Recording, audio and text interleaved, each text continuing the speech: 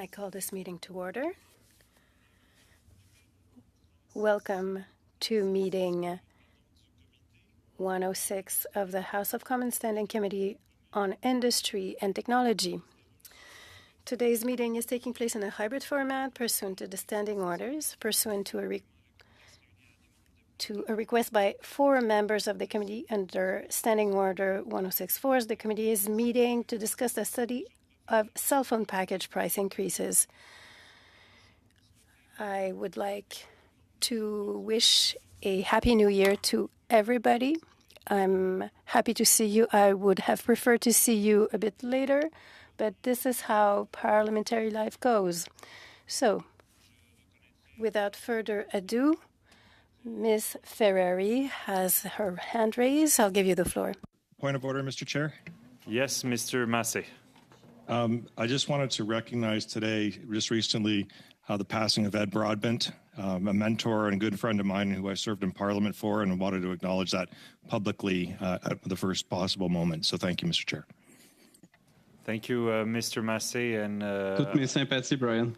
Yeah, all of our condolences. Industry Committee, Ed Broadbent was a great Canadian and a great parliamentarian. So thanks for bringing it up, MP Massey. Madame Ferrari, the floor is yours. For letting me sit at INDU, and thank you to MP Massey for that as well. It was great to get that on the record right off the hop. Happy New Year to everybody. I actually think Mr. Perkins had his hand up before me, but I can go first. I don't know. I just saw it come up first, but I'm happy to. It's okay. It appeared first on my screen here, but I can yield the floor to MP Perkins. He's second on the list. Okay, that's great. Thank you so much. So obviously we're here today to discuss something super important. As you've seen over the holidays, I'm sure much of you having the opportunity to be in your constituencies over these past couple of weeks have had the opportunity to meet, listen, maybe catch some phone calls, have some coffee chats, worked in your constituency offices to hear sort of the struggles that are happening in and around our country. Some genuine suffering that is happening. Christmas time is a very difficult time for a lot of people. In my community of Peterborough-Kawartha, we obviously have a lot of suffering happening with increased homelessness, etc., seniors on fixed incomes. But today we call this meeting, as Conservatives have put forth a motion, an emergency meeting to resume this committee, because one of the things we can do effectively as our role in official opposition is to call out the government when they've made promises to Canadians. And the promise that was made was that cell phone bills would not increase. And we've seen a significant disparaging. We've seen that not come true right now, basically with what's happening. So we've put forth a motion, which we're going to be discussing here today. And in regard to the motion that my colleague, Mr. Perkins, has put forward in relation to recent reports that Rogers will increase customer cell phone bills following a pledge by Rogers CEO Tony Staffieri that prices are going to come down as part of the $26 billion Rogers-Shaw merger approved by the Liberal Minister of Innovation, Science and Industry after committee experts and the Competition Commissioner warned that the deal would lead to higher prices for consumers. The committee therefore agrees to be immediately recalled to undertake a study of up to 4 meetings of at least 2 hours per meeting to study the impact of Liberal-approved merger, and that these meetings begin at the earliest opportunity and conclude by Friday, January 26th. Now, the motion goes on to say more, and I'm going to let my colleague read it into the record because it is his motion that he put forward. But what I wanted to say right off of the hop is, in doing some of this research, I'm a guest, obviously, on this INDU committee. But when we look at this article and the industry minister, the Liberal minister, he has on record, and this is, from reference from Melissa Tate from the Globe and Mail, and these are his words: if Canadians do not begin to see clear and meaningful reductions in price within a reasonable amount of time, I will have no choice but to seek further legislative and regulatory powers to drive down prices in Canada, Mr. Champagne said at the time. So my guess, and I'm assuming that Liberal MPs, NDP MPs, everyone across the board is going to support this motion, because the question from these comments is, what is a reasonable amount of time? especially in a cost of living crisis when 1 in 4 Canadians can't afford to pay their bills. That's according to another article. So that would be my first question about that. What is that reasonable amount of time? And I'm assuming there is support across all party lines to delve into this to help best support their constituents who are having a real hard time making ends meet, especially January. For those of you who know, this coming Monday is considered Blue Monday, the most depressing day of the year when a lot of those credit card bills come due because people have had to use credit to pay for Christmas bills. So this is going to be a very challenging month and into the winter months to try to cover those costs. So this is the least we can do, is to ensure that people are not paying more for their cell phones that many people need. And I'm just going to end with this one other comment because I think it's really important when we talk about cell phones. This was sent to me by Tracy Filtness Smart. And she said, I pay well over $250 a month for myself and my son's phone. We are both disabled and absolutely need this service. I think that's really important to have on the record that this, for many people, this isn't a luxury. This is a lifeline of communication when we talk about cell service. But it's so hard to budget for it. Having my cell phone saved my life in 2019 as I had an aneurysm, rupture, and stroke, but was able to dial 911 in time to get medevaced out. My phone is always with me for this reason. I pray it doesn't go up in price more, or I'm not sure how we can continue to pay. I am sure there are many other people in this situation as well. I appreciate you for putting forth this motion, Mr. Perkins, she says. So with that, I'll leave it with my colleagues, but I really urge my colleagues today that this is our duty. We are here as elected representatives to ensure that Canadians have a life that is not a suffering, but is rather of an opportunity to live. Thank you.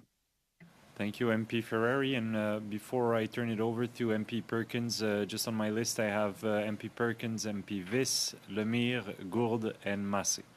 Mr. Perkins. I believe you're on mute, and so that's the first time I say that in 2024. I know sometimes you wish that you had control of my mute, Mr. Chair. Thank you, everyone, for coming to the meeting while we're on a constituency session of our job. I too would like to begin by acknowledging, if I could, Ed Broadbent's passing today. I was a young staffer, as many of you know, in the Mulroney days when Mr. Broadbent was the leader of the NDP, and he was a remarkable leader for that party, a great parliamentarian, and represented the people of Oshawa well in his many years in Parliament. So I just like to acknowledge that, and also on a happier note, acknowledge Ryan MP Turnbull signed in today with his new edition. We haven't had a chance to meet since you've had your second child. Congratulations, Ryan. We're all very happy for you. And the letter that was sent calling for this meeting, for those who are watching, it's an emergency meeting that has to be called within 5 days of 5 MPs signing a letter, is to discuss whether or not we should have a particular study, an urgent study on an issue that's come up. And this committee, as we know, is very busy with C27 and is still awaiting the next level of scrutiny of the Stellantis contracts. But it was a bit surprising, I think, for most of us to see. I think it was the January 3rd announced. It was in most of the media on January 4th of this new 2024 year. It was a kind of shocking way to greet the year that the most expensive cell phone provider in the world, Rogers, announced apparently that they're not making enough money and that cell phone packages were going up $7 to $9. And as my colleague MP Ferrari said, this is a very ubiquitous thing. It is probably the thing that most Canadians share in common. 83% of Canadians, by the last time I looked, have a cell phone.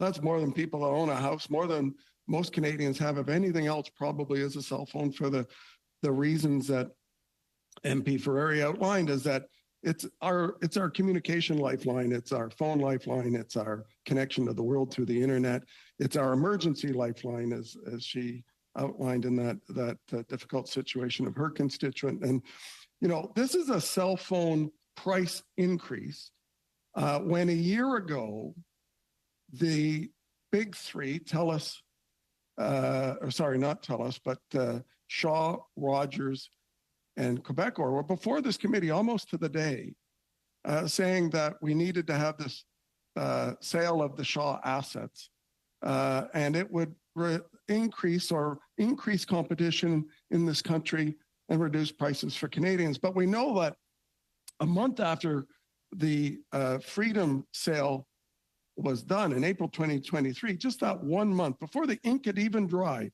on the Liberal government's approval of the Quebecor buying Freedom Mobile and Rogers buying the Shaw assets, and those two transactions removed two cell phone competitors from the Canadian market. Quebecor also put up Freedom's prices, even though they had said they would not do that. They only waited a month to do that. And like I said, why is that important? Well, 83% of us have a cell phone, and we're in the middle of this cost of living crisis. And, we know that since 2016, Stats Canada has reported that Canadians are paying almost 20%. I know it feels like more to most people, but almost 20% more per household out of their income than they were prior to 2016 for cell phone services. And international studies, many of them which we know, show prices for cell phone services in the US, Australia, and other countries are actually declining while ours are going up. Consumer reported in August this year, or 2023, that Canadians pay 20% more than Americans and 170% more than Australians for the average cell phone package. We hear the excuses, and we heard it before this committee, that, from big telcos that the size of Canada is the reason, or the size of the country with the lower population is the reason we pay more. And Rogers, Bell, and TELUS, though, are the most expensive cell phone providers in the world. And I mentioned at the time a year ago, and I'll say it again, their operating profits are quite high. Their operating profits, or gross operating profits, are 62 to 65%. That's twice as high as the profit of the major carriers of cell phone and mobile services in the United States and Australia. So how bad is it? Well, in Canada, the average price per gigabyte of data on your cell phone is $5.37. In a country larger than Canada, because we hear that excuse all the time about the size of Canada, Russia, not that they're in vogue these days, they only pay 25 cents now US per gigabyte. Now, I won't leave it Australia. Australia has about the same density and land area as Canada. They have more competition, and they only pay 44 cents a gigabyte for data on their phones, while we're paying over $5. And our cell phone providers are making twice the level of gross profit. So it's clear that what we have is a problem here with competition, and those that have this protected status take us and consumers, and quite frankly, the federal government for granted. It's the federal government that protects Bell, TELUS, and Rogers and Quebecor as this oligopoly because they use airwaves that taxpayers pay them.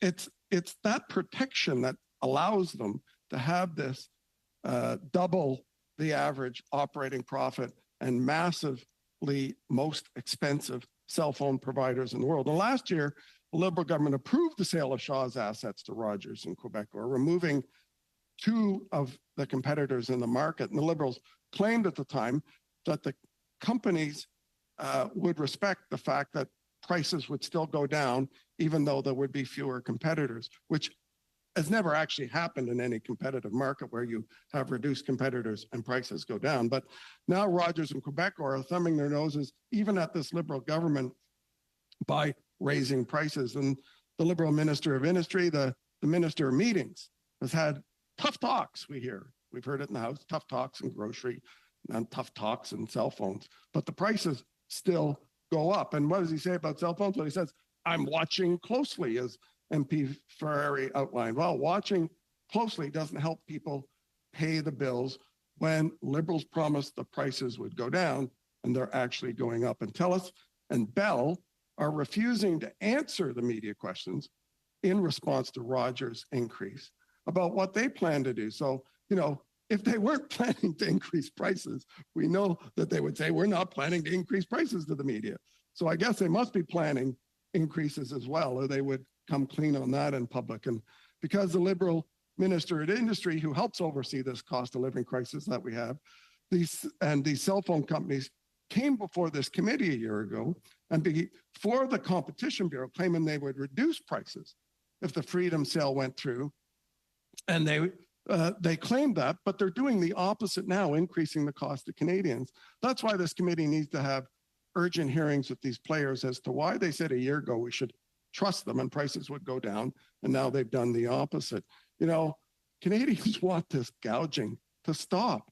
It has been going on for too long. Not a single Canadian that I know that doesn't work for Bell, TELUS, or Rogers thinks that prices have gone down. I suspect the people that work for them think that, but they may be the only ones. So with that, Mr. Chair, and I think the clerk has a copy of the study motion that I would like to propose, and if she could circulate it, and I'll just read it out for the committee members while it's being circulated.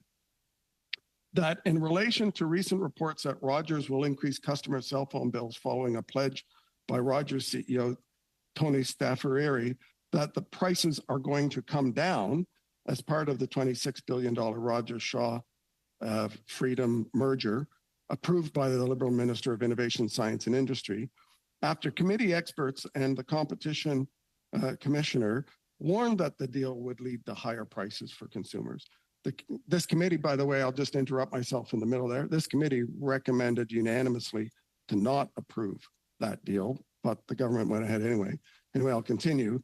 The committee therefore agrees to be immediately recalled to undertake a study of up to 4 meetings of at least 2 hours per meeting to study the impact of the Liberal approved merger, and that these meetings begin at the earliest opportunity and conclude by Friday, January 26th. I'll explain that in a minute.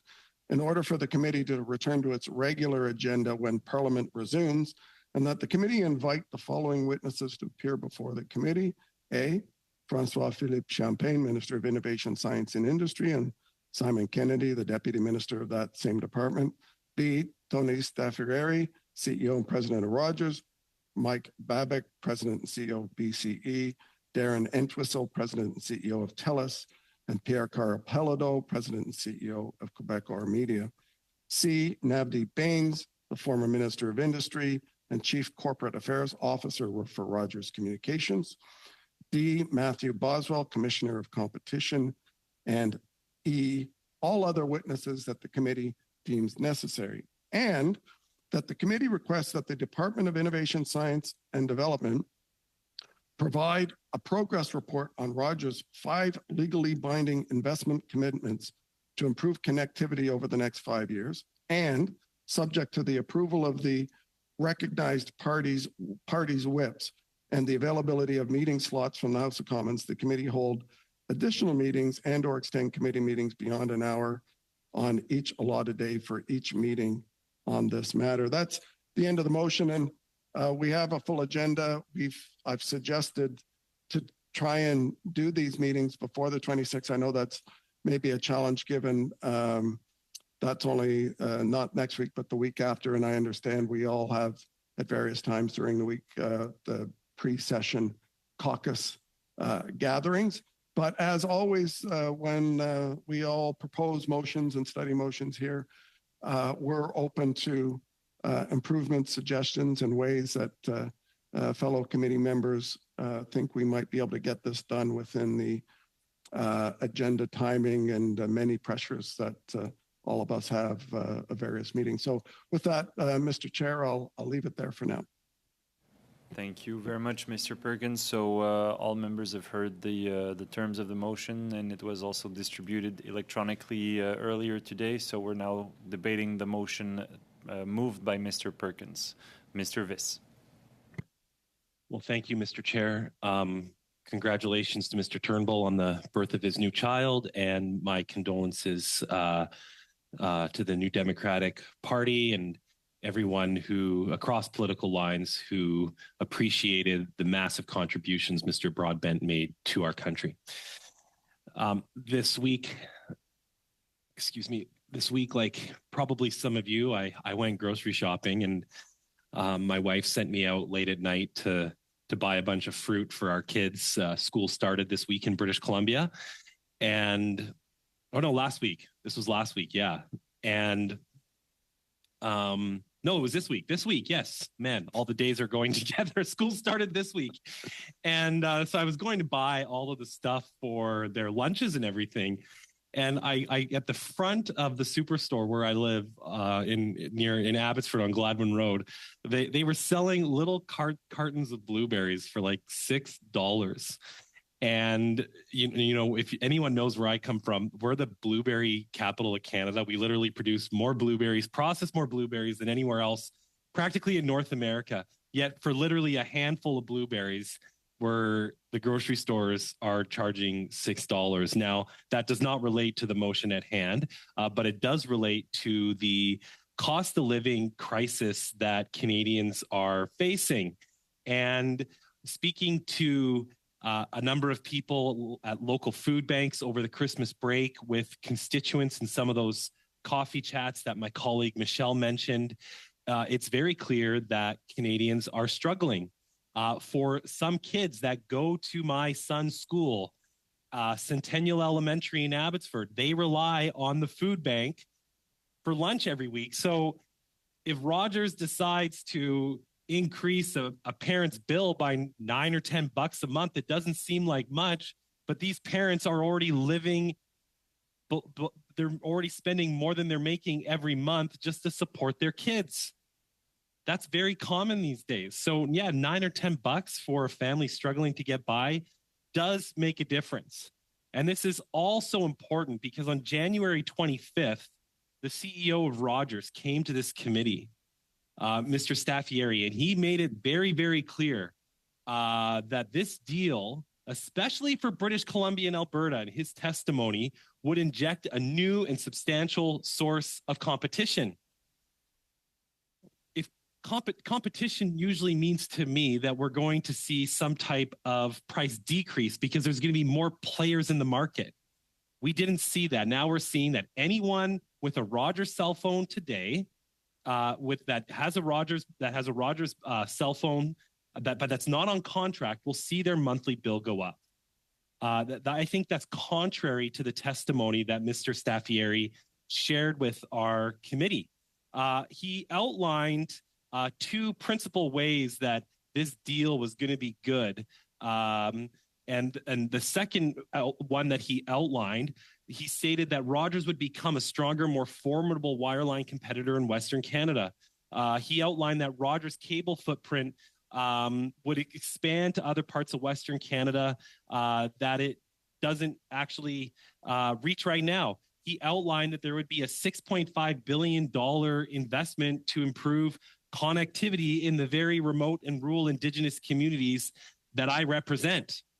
So if his first major action since this deal was approved is to increase prices, I've lost a lot of faith in what Rogers is actually telling consumers, what they're telling us as parliamentarians, and what they're telling Canadians about their role in addressing the affordability crisis that all of us know is impacting the people we represent. So I do obviously support this motion because Canadians want to know that we're doing everything in our legislative power, and that's why we called this meeting, to address the things that they're staying up late at night about. And that's, how am I going to pay my bills right now? Canadians can't pay their bills. And we got to fight for Canadians so we can hold this meeting and we can hold Rogers, Mr. Staffieri, to account about what he shared with us last year, especially as it relates to British Columbia and Alberta, where he said there would be more competition because of this deal. Thank you, Mr. Chair. Thank you, MP Viss. Monsieur Lemire, la parole est à vous. Mr. Lemire, thank you very much.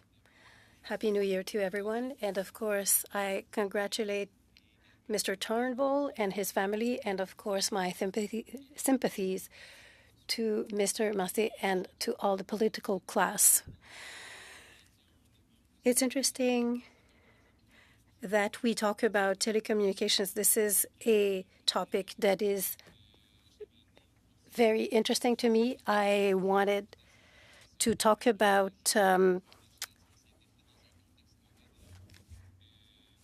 internet, broadband, etc. And as you know, I have tabled a motion in September that was accepted by the committee, and that was on September 26th.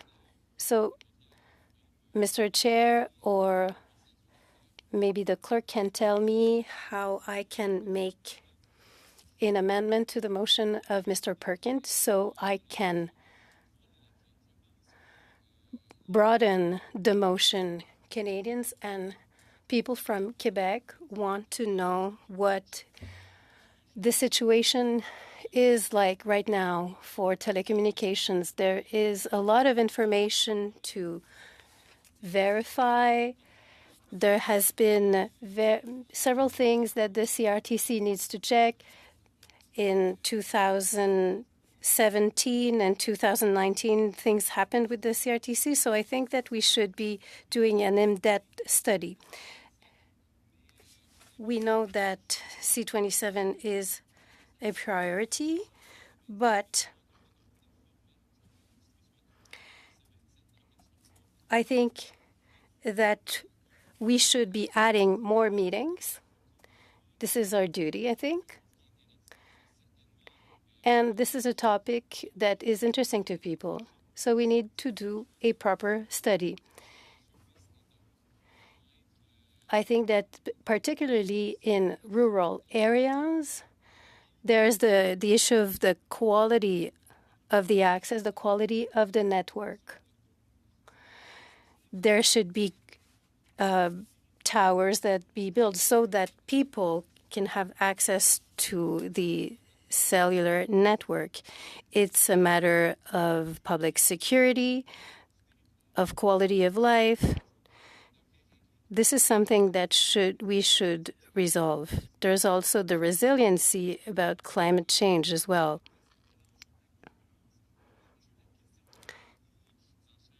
We're talking about competition as well. There have been major investments, over $2 billion that have been invested in the spectrum. And we were waiting for a fourth player, Videotron.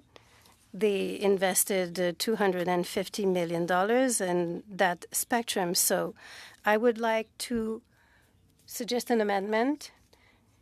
That is that we adopt the September 26th motion so that we have a proper study.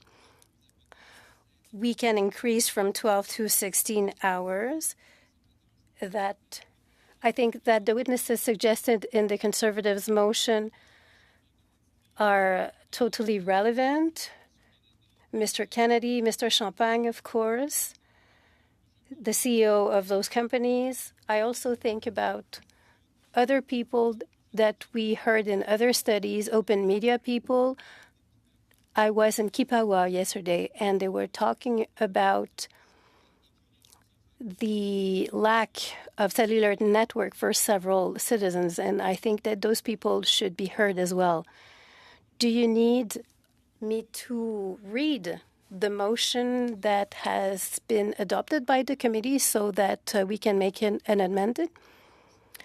Yes, but Mr. Lemire, from a procedure perspective, of course, yes, the motion has been adopted by the committee on September 26th. I don't think that it's possible to replace the motion, today's motion, with the one you're talking about. I think you should bring your motion back in some other way. I think you should be amending specifically the motion that we are debating right now. That's how the procedure works. So I'm not sure what you want to do. If that's the simplest thing to do, that's what I would suggest. So I suggest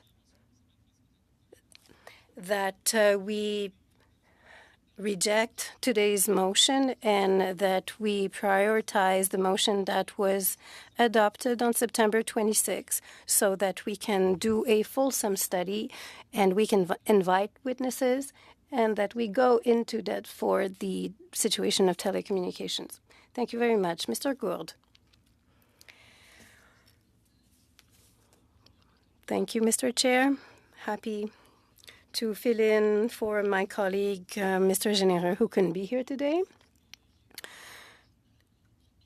I was not surprised to see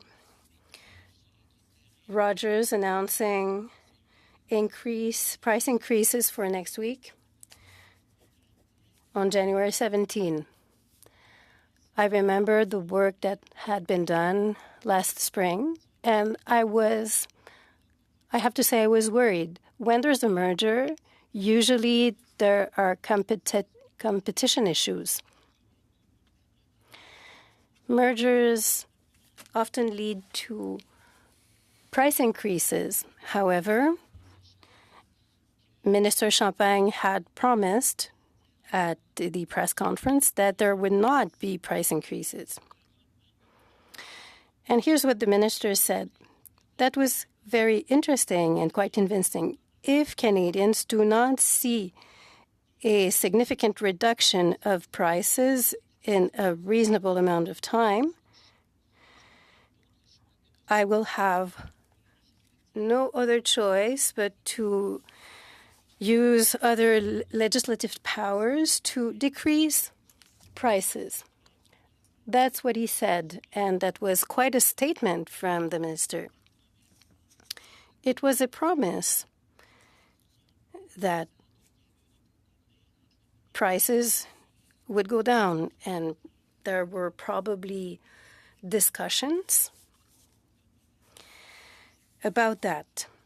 We realize now that it's false, because a few months after the merger, price hikes are announced. We know that prices are increasing. Families are having a hard time. And nowadays, everybody has a cell phone. This is very important. And more than 80% of Canadians are impacted by this decision. So I will support this motion, this conservative motion, because I think it's worth it to have people from the industry and the minister to say what he is going to say. He promised to Canadians that this was something good to have this merger and that would lead to price decreases. But we're still waiting for that. Actually, there are price hikes now. So I will support this motion. And I hope that the whole committee will move forward. Canadians have been duped, and I think they should have answers about what the government is going to do. Thank you very much. Thank you, Mr. Gould. Mr. Massé now. Thank you, Mr. Chair, and thank you to my colleagues for the condolences for the Broadbent family. And of course, Mr. Turnbull, congratulations. Exciting time for you and your family, and I wish you all the best. Having a holiday baby as well, too, will be even more fun. I have similar concerns about the industry, and I can go back for a long period of time here. But I also have a little bit concerns about the process here, too, is that I actually looked at Mr. Lemire's motion, and this is kind of like a subset of that motion. I quite frankly thought that perhaps it might not be in order in some respects, because Mr. Lemire's motion would carry a lot of these elements forward. In fact, it gave some latitude for this. And I know that this issue in particular that's been brought forth, and I appreciate it, is fairly specific to Rogers in itself, but it also affects customers of Bell and TELUS, and why we throw them under the bus by not including them is something I have a concern about as well, too. Because when you look at the telco policy and how we've arrived at the most recent decisions of the minister, they actually go back to the foundations of deregulation in this country. And for when I received, my posting in Ottawa here, It was during the time when basically John Manley and Brian Tobin were starting to work on this issue, and they had the deregulation through the Mulroney years. But then we had Alan Rock, who actually then put through a process for removing foreign direct investment. That was the first minister I went through. Then Lucien Robillard after that. He followed up after that. Then we had David Emerson, who was a Liberal and then later on a Conservative, back and forth at his policies. Then we had Maxime Bernier, who actually had a lot of changes during that time under Harper administration. I certainly would want him as a witness at this actual hearing because it actually helps found the foundation of some of the problems that we're faced right now. Then we have Mr. Jim Prentice, the late Jim Prentice, who was a terrific man, and he was industry minister briefly, and followed by Tony Clement, who would also might be an interesting person to bring to this committee because of the policy changes that took place under his tenure. And then Mr. Paradis, Christian Paradis, who actually moved a process that when you looked at the Harper government, they talked about a first and telecommunications plan in terms of advocacy for consumers. Then we had James Moore, Minister Moore was here for a while. Again, was talking about innovation and changes. Then we had Mr. Baines, who's referenced in the motion here, and finally our current minister. So it's no accident Canada has had some of the highest prices in the industry and also some of the most abusive practices that have taken place. And this one more smaller chapter of those abuses is important, but I think we need to remind ourselves some of them that we've taken place over the years. I remember one of the first ones I dealt with was Bell Canada, not even paying pay equity to the women in Bell Canada. And that was one of the first meetings that we had in Ottawa. We had the CEO, who now is hired by the Liberals, who was the CEO at that time, had to be dragged before industry committee about that issue and fought to finally get the Bell rights for workers and women workers done equally. And so that's how that, part of this industry has also been a culture at the workplace that's very disturbing for decades.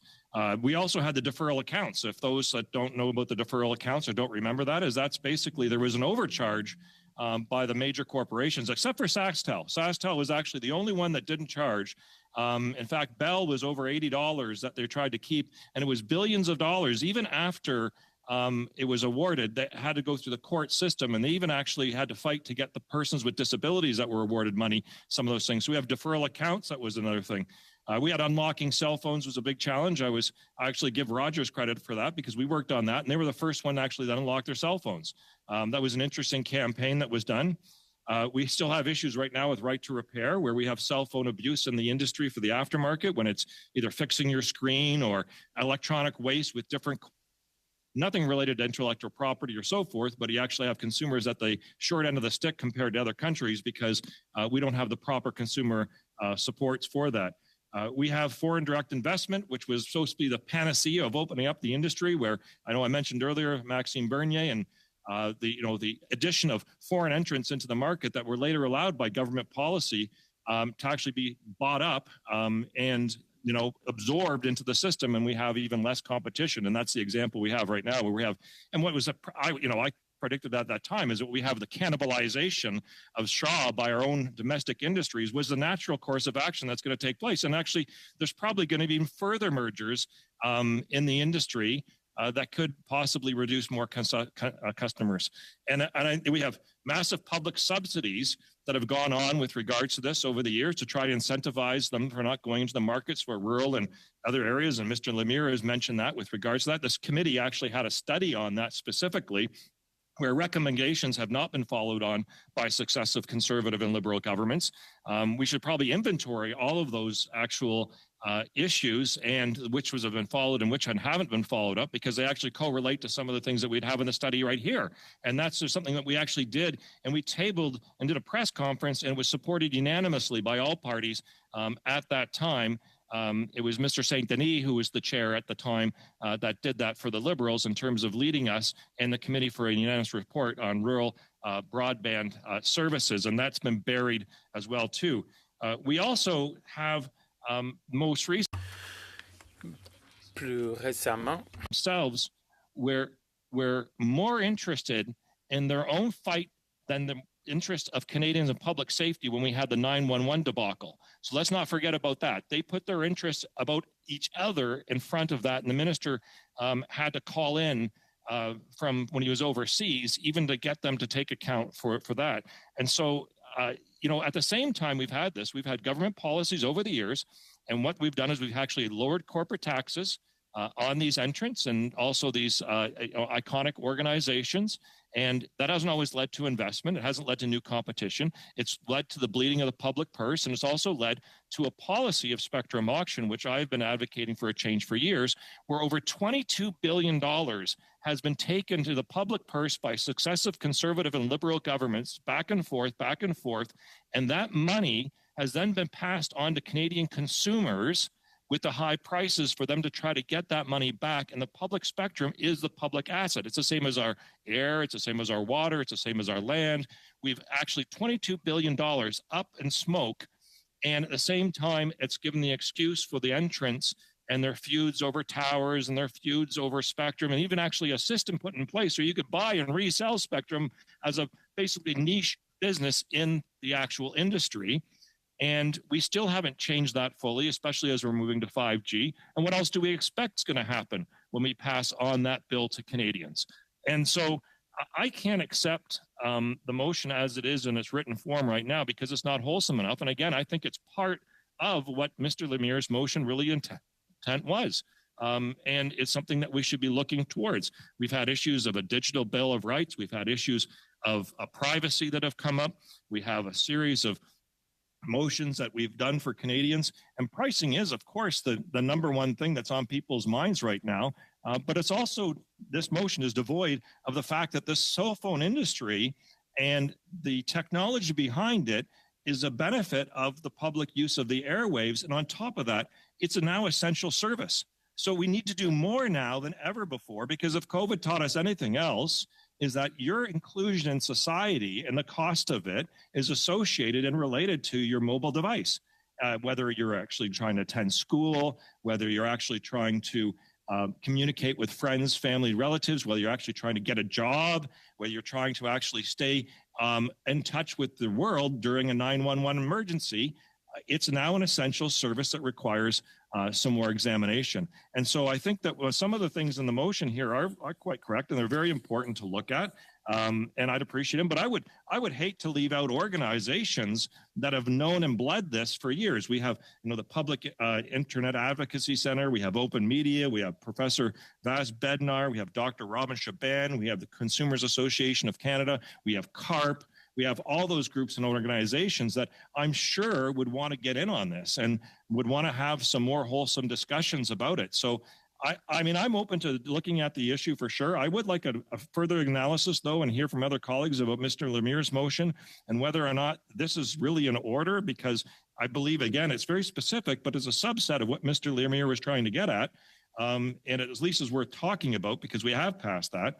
And most importantly, is I don't want to leave the other customers of Bell and TELUS and others basically to the wind because we didn't decide to actually do the proper thing and look at the proper industry.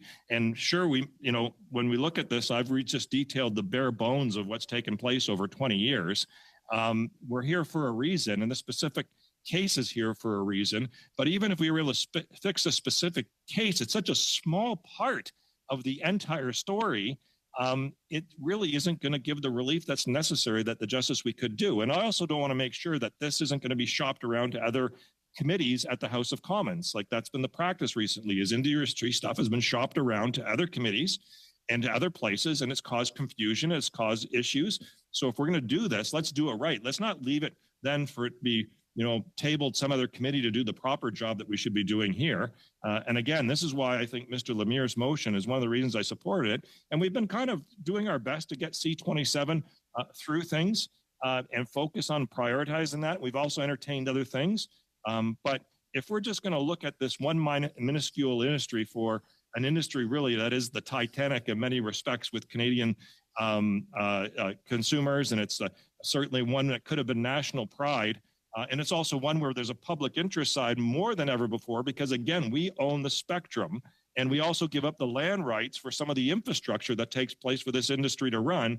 And yet we've then cast ourselves to the wind. And at the same time, successive governments have collected billions of dollars off of Canadians in the Spectrum auction and then passed it on to them on their bills at the end of the day. So, and that's coming, another storm on that's coming unless we change ourselves. So I'm open to looking at this. I'm open to doing some work on this, but I want it to be a wholesome thing. And I don't want to, again, just look at one niche part of it. Very important part, and I'm pleased that the motion has come forward with some description towards it, but I think it's a subset of all the things that we need to get at because time is running out. Our spectrum is going to go more up to auction in the future, and there still is a lack of consumer accountability. And this is just one perfect example of many of why there needs to be an overhaul to the basically archaic system we have. Thank you, Mr. Chair. Yes, before I turn it to MP Ferrari, just to answer your question, Mr. Massé, given that the motion, aims to respond to a specific set of circumstances that's a little different than the motion we adopted on September 26th. I think it's receivable and it is in order. However, it's one proposition that's on the table right now. It's up for the committee to decide what it wants to adopt, and if it wants to build on a motion that was previously adopted by the committee, it can so decide as we first debate this motion, but then we'll see where it lands. But it's a possibility. Madame Ferrari. Thank you, Mr. Chair, and thank you to everybody. It sounds like there is definitely an effort here to row in one direction of helping Canadians, which I like to see. So I can't see how this motion wouldn't get unanimous consent to pass, because I think you've all explained that you care about Canadians. But I want to bring it back to the core of what we're trying to do. With this motion to bring back forth a sort of emergency meetings and industry committee to help Canadians have more affordable cell phone bills, which was brought forth by my colleague, MP Perkins. And I'll let him talk further about what that looks like to sort of find a ground so that we can all move forward with this. But I want to point out Minister Champagne on Tuesday urged carriers to seriously consider customers over profits at this time when the announcement was that Bell and Rogers cell phone prices are going to increase.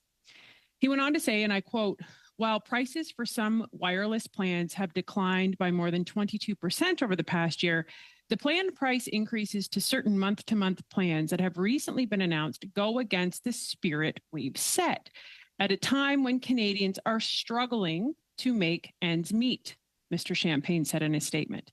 He went on to say, and I quote, "I am prepared to use any other tools at my disposal to fight for Canadian consumers." That's what this committee is. It is the tool to fight for Canadian consumers. And it is an urgency, as I've stated before, in a cost of living crisis. So under the motion that has been put forward, I also want to reiterate, given the fact that the Liberal government approved the decision to make Canada's telecommunications market smaller and less competitive, the Minister of Industry must answer for this latest price increase, which he said. So he has quoted here saying he will use any tools necessary. There is an urgency to this. This goes against, again, same quote about reasonable time. So I just think that, just focusing on that and the motion, that what we're trying to do, that this has an urgency to it. I wanted to also just put into the record, because I know I had spoken earlier, but like some folks had written into me, Jen McCarroll pays $300 for 2 cell phones. These are outrageous numbers. Naveen, $500 for 4 of us. Kathy, $250 for 2 lines. Shu, just over $200 a month for 3 lines. Carol's is really important. I pay 3 cell phone bills so my grandchildren can call home at any time. But this is really interesting. This gentleman wrote in and said, in Mexico, 200 pesos, approximately $16 Canadian, for 31 days, unlimited phoning to Canada, US, and Mexico, unlimited text, unlimited social media, and 5.75 gigabytes of data. So obviously there's an urgency to this. This impacts everyone, as across party lines have acknowledged. Let's come to an agreement here and get this motion passed as soon as possible. Thank you, Mr. Chair. Thank you, MP Sorbara. The floor is yours. Thank you, Chair. And going back to the beginning, obviously, congratulations to Parliamentary Secretary Turnbull on the addition of a new family member, and obviously to Brian Massey, the whole New Democratic family, but really all Canadians. We did lose a passionate and great Canadian that we were blessed to have for so many years, and I still remember the first election campaign that I paid much close attention to at the young age, I think in 1988, and I was about 14 years old, and it was the free trade election, and I will never forget the debates that we were able to watch, and Mr. Broadbent participated in, and the passion he brought to workers, and how he fought for all Canadians. So obviously, rest in peace to him, and prayers to his family and friends. To Mr. Massey, I very much enjoyed your analysis of the wireless industry. There was always been the goal of the governments, and I say the governments on purpose, to ensure we had was for participants in the wireless industry. And, we used to use terms in the private sector as the Quad 4 bundle, new participants coming in, how they were going to be financed. If you look around the world, literally every country, it's very, very, very unusual to have more than 3 wireless participants in most countries, large participants, as I would say. And I think here in Canada, getting to 4 participants in our markets has been a goal that I think we've achieved on many levels. Obviously, we need to continue to monitor it.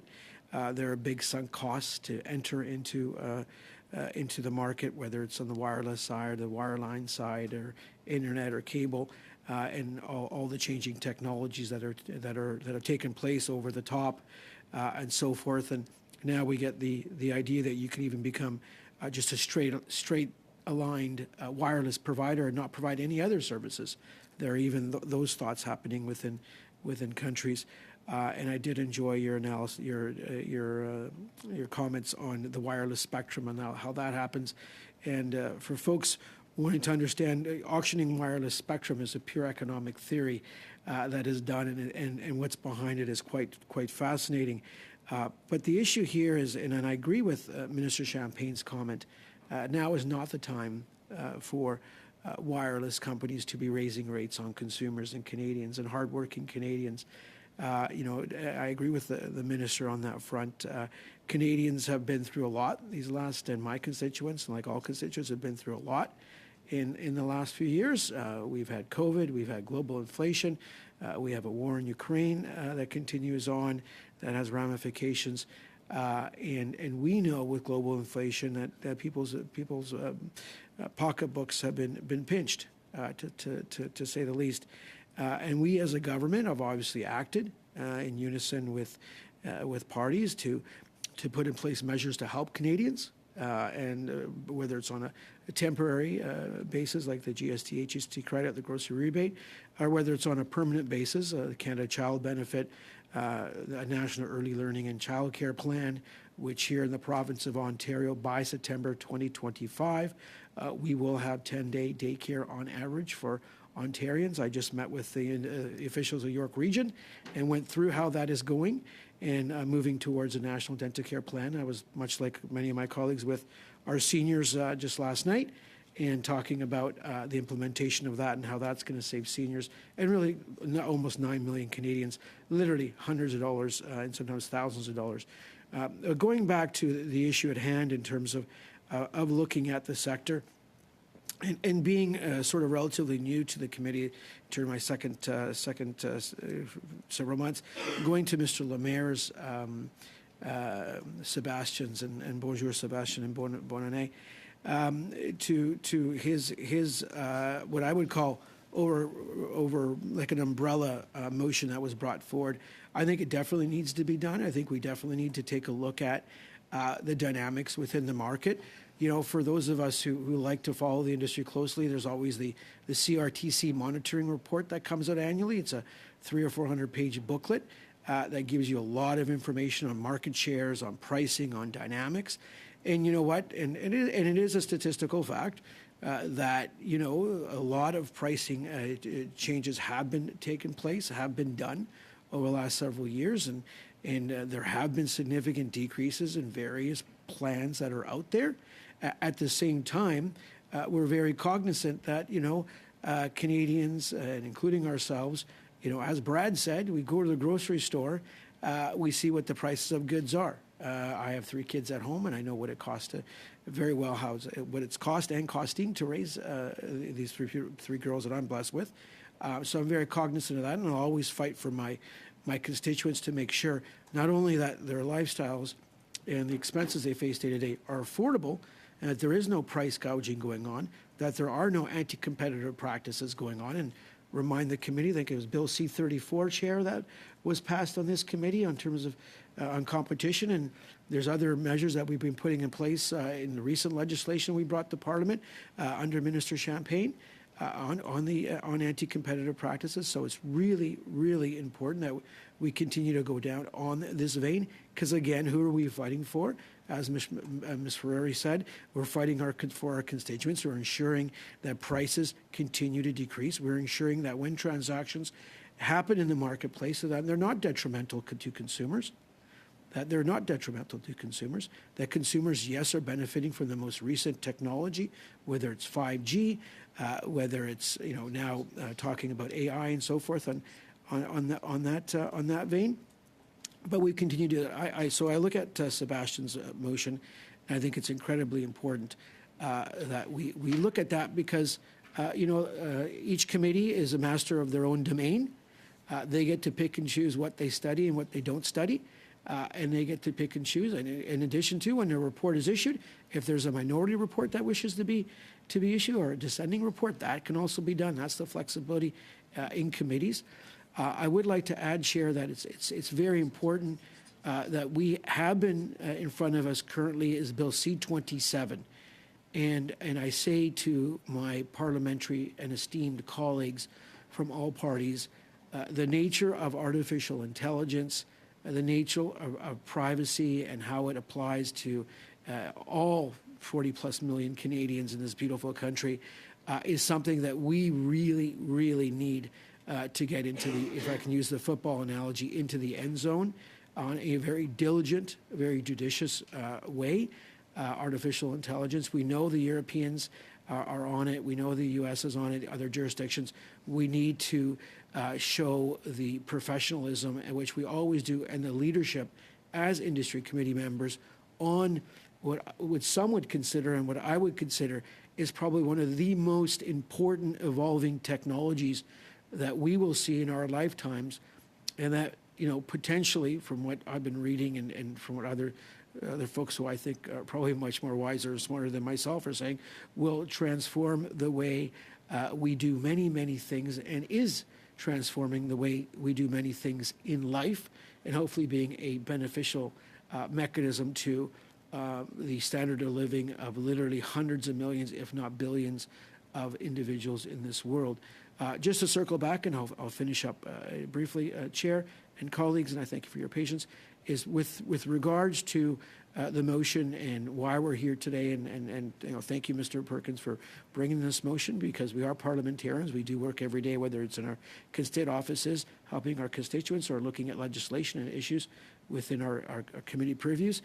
We do need to make sure that our citizens are benefiting from technologies, are benefiting from market transactions which took place, that they are seeing the benefits, whether it's lower prices on goods and services, whether it's improved competition, which drives innovation and prices. We need to see that. I'm pro-capitalism, I'm pro-markets, and the last thing I like to see is when anti-competitive practices are adopted.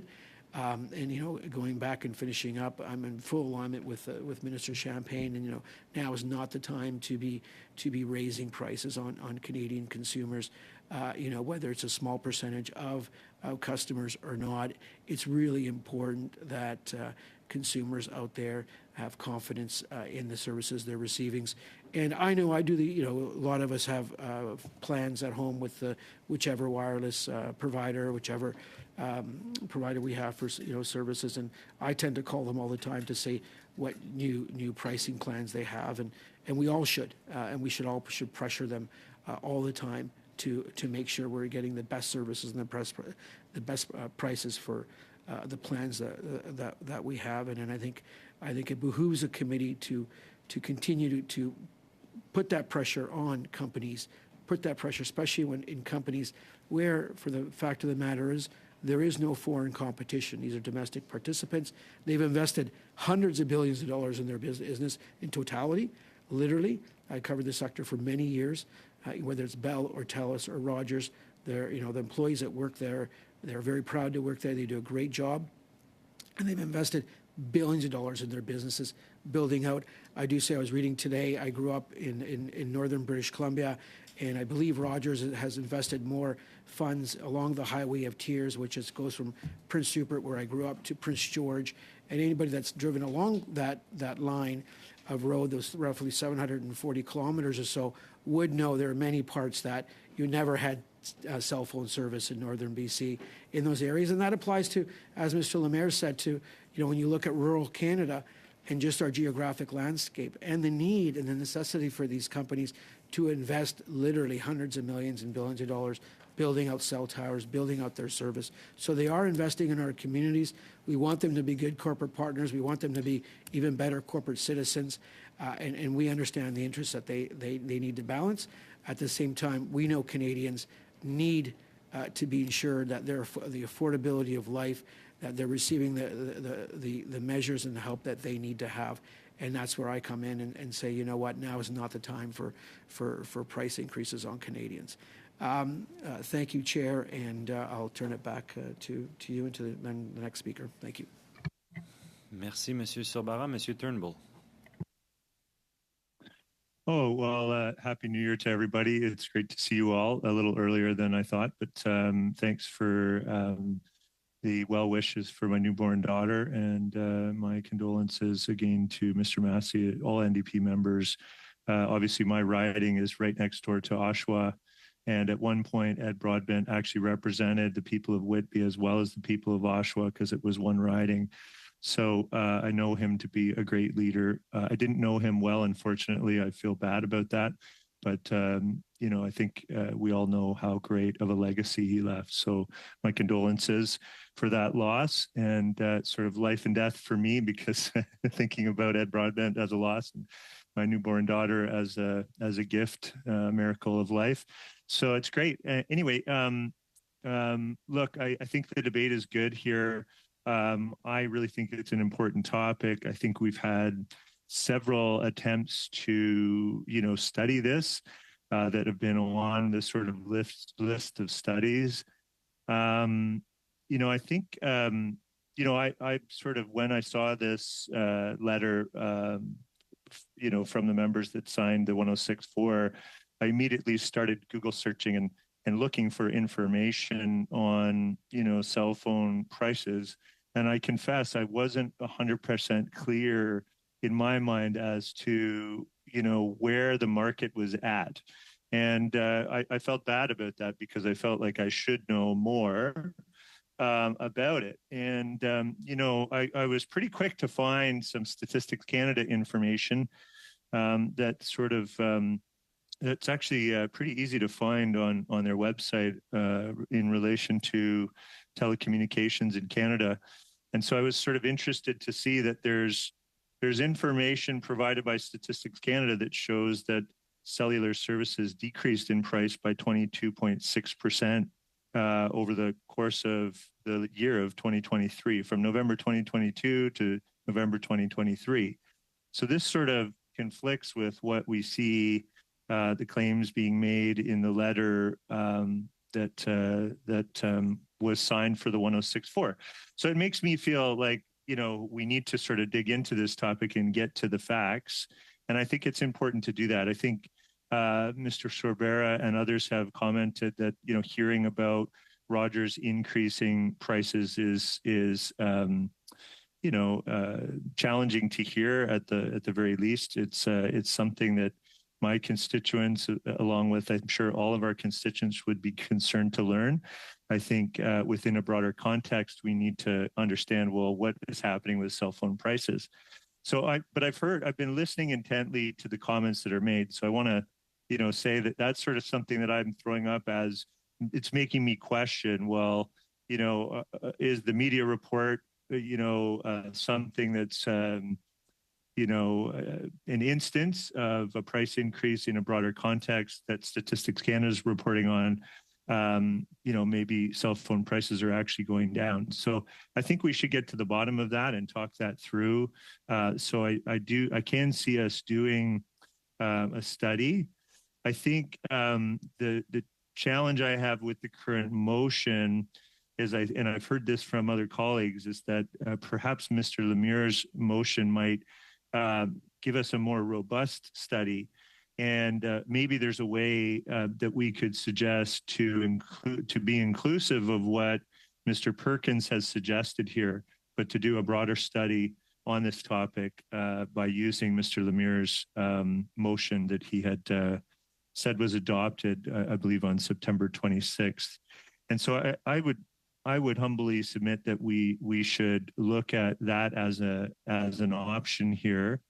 I have some challenges in what's included in Mr. Perkins' motion that says be immediately recalled to undertake a study. I think the timeline is too short to do a robust study on this topic.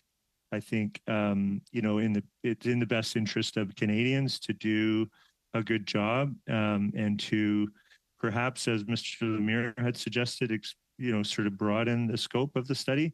I also feel that the subcommittee should probably meet sometime relatively soon to determine what if we can get additional resources, what they should be spent on. I know that Bill C-27 is a really big deal for us, and all of us know that that's a priority for us as parliamentarians, but on behalf of Canadians. I think the evolution of artificial intelligence is something the world is talking about, and the more we delay on C-27, I think the more we fall behind, and that's a dangerous place to be in. I think we need to, really focus our attention on getting C-27 done. Now so I'm supportive of doing this work. I think we have to think about how we prioritize it, and I would suggest that we refocus our attention perhaps on maybe amending Mr. Lemieux's motion that was previously adopted by the committee so that we can do an even broader, more in-depth study. And what I would do is maybe just suggest, I know I can't move this because we're on the debate of the current motion, so I don't want to take our attention away from that. But what I'd like to do is just let you know in advance what I would suggest, perhaps. And I was just thinking about this as I was listening to others and writing this down in the background here, sort of thinking about how could we be inclusive of what Mr. Perkins has suggested, but still work with Mr. Lemieux's motion. And what I think if we just added one line, and this is what I would propose, is adding one line to Mr. Lemieux's motion, and it would state, and that it examines the position of each player in the market, explores companies' service offerings, and the factors that can influence competitive dynamics.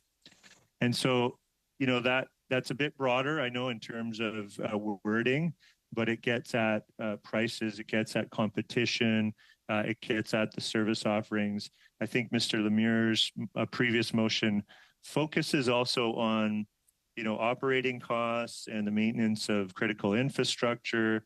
I think Mr. Sorbera made a really good point, and Mr. Massey made a really good point about, cell phone sort of infrastructure being public infrastructure.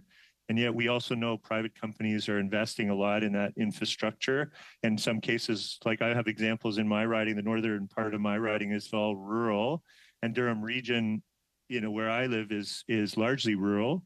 There's urban centers close to Lake Ontario, but there's a large portion of our ridings in Durham region that are rural. And we've had significant investments in rural infrastructure, broadband infrastructure, and cell infrastructure, and those have been needed. And but it's a combination of public-private investment that are making those things happen today. And so I think we have to think about how does that impact the industry. How do we open that up? How do we create more competition? There's been lots of conversation about that. So I'm open to the conversation. I think it's a good study to have. I agree. I think we all agree we have to ensure that cell phone prices are coming down. And the way to do that is to have some witness testimony and really, like I would love to hear from Statistics Canada, given the fact that I can find so easily from Googling it on the internet. It took me all of 10 seconds to find information that showed that cellular service prices have decreased by 22.6%. That's over the entire industry in Canada. That's a significant amount, given the fact that general inflation has been high.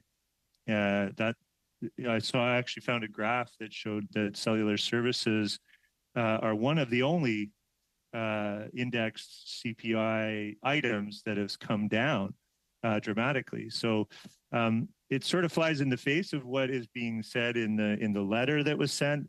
So I would like to sort of undertake a study that's broad enough that we can get to the bottom of that and really assess whether the competition policy of our government is working to bring down cell phone prices on average. And I would really like to get to the bottom of that on behalf of Canadians. So thanks very much. And I can't move the amendment, but if we were on Mr. Lemire's motion, I would move an amendment that in an attempt to get to consensus on this. Thank you.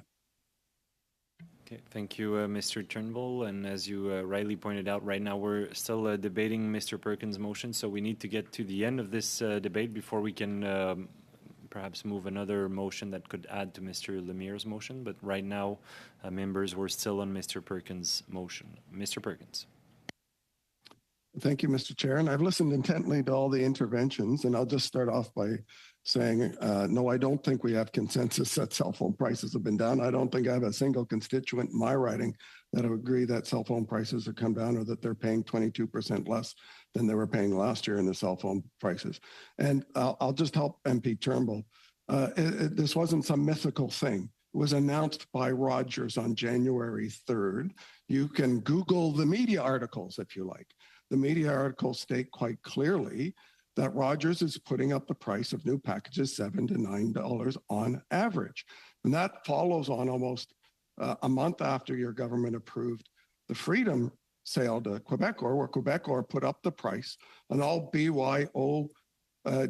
For those who don't know what that means, bring your own device packages. They put it up after sitting in this committee and saying that they would reduce prices. So we have contradictory, I shouldn't say contradictory, we have cell phone companies saying one thing to parliamentarians so that they could get their deal passed, and we have another actual action by them is now not even when the ink was dry saying they're putting up cell phone prices. And again, only a few days ago, perhaps you should Google that article, that perhaps Rogers is putting this up because former Minister of Industry, Navdeep Bains, who was in charge of reducing cell phone prices, has now gone to work at the most expensive cell phone company in the world and has given them advice that, Parliament's on to other things. Don't worry about it. You can squeeze through a price increase. Nobody will notice. Well, Canadians are noticing. So that's where this comes from. So while I appreciate some members have been busy with other things since Parliament rose, it's been in all the news. Cell phone prices are going up. I do appreciate MP Lemire's motion. It is, I will agree, it is broader, although it has a lot of micro things in it. I think it's an easy thing to make an amendment to the motion I proposed. But just so we're clear, because I'm not sure everyone read the motion clearly or heard the motion clearly. The motion basically says that we're going to start, because we have this crowded agenda, with doing hearings the week we come back, before we come back, specifically first to ask about these price increases and the inconsistency with the commitments that these companies made to the federal government. And then secondly, it talks about the broader industry opportunity, lists specific witnesses. MP Massey, it lists the four big companies in B, not just the two. It also says that under E, which is perhaps where we can bring in some of, I can't amend my own motion, but another member could amend that motion to add in some of the elements from MP Lemire's statement, a motion on the earlier study that says in E that we can have all other witnesses as deemed relevant. So the list that MP Massey and other have gone through are all eminently invitable under that, but you certainly can add to that a broader look at the cost structures and competitiveness issues and access, if you like, into that. And then the motion also goes on to say that, of course, as we are, as MP Sorbera said, in charge of our own domain in committees, it does say that we can add more meetings. And the suggestion here is to tag them on to the end of our existing meetings that we have scheduled with the new committee schedule of Mondays and Wednesdays for this committee, that another hour can be added on, as we've been doing with the Green Slush Fund, to continue and add on this, because obviously I think the Liberals would prefer that we not look at cell phone prices until BLC 27 is passed, so that we don't have to deal with it till April or May, long after this story and this issue of cell phone prices is in the news. So I think we can do two things at once. And that's what this motion is trying to do, not to just say we can only do one thing at once. We can do two things at once, as we did in December. Start the study the week before Parliament comes back and continue it by adding on meetings. So I'm open, as I said in my opening, to anyone other than me, because the parliamentary rules are I can't amend my own motion, adding into Section E, or perhaps a new Section F that incorporates some, if not all, of the elements of Monsieur Lemire's motion.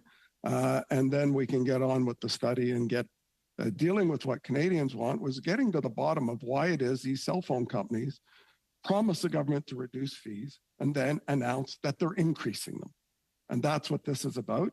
And I would think all members of Parliament, including the government, would want to get to that. Heck, the minister even said this is not what he was expecting when he laid out the rules of this merger, that he was not expecting cell phone companies to be increasing. He expects them to go the other way. So I would think Liberal members would want to hear that about why they're doing that in contravention of the commitments they made to the minister only a year ago. And they'd want to hear about that urgently, not sometime before the summer.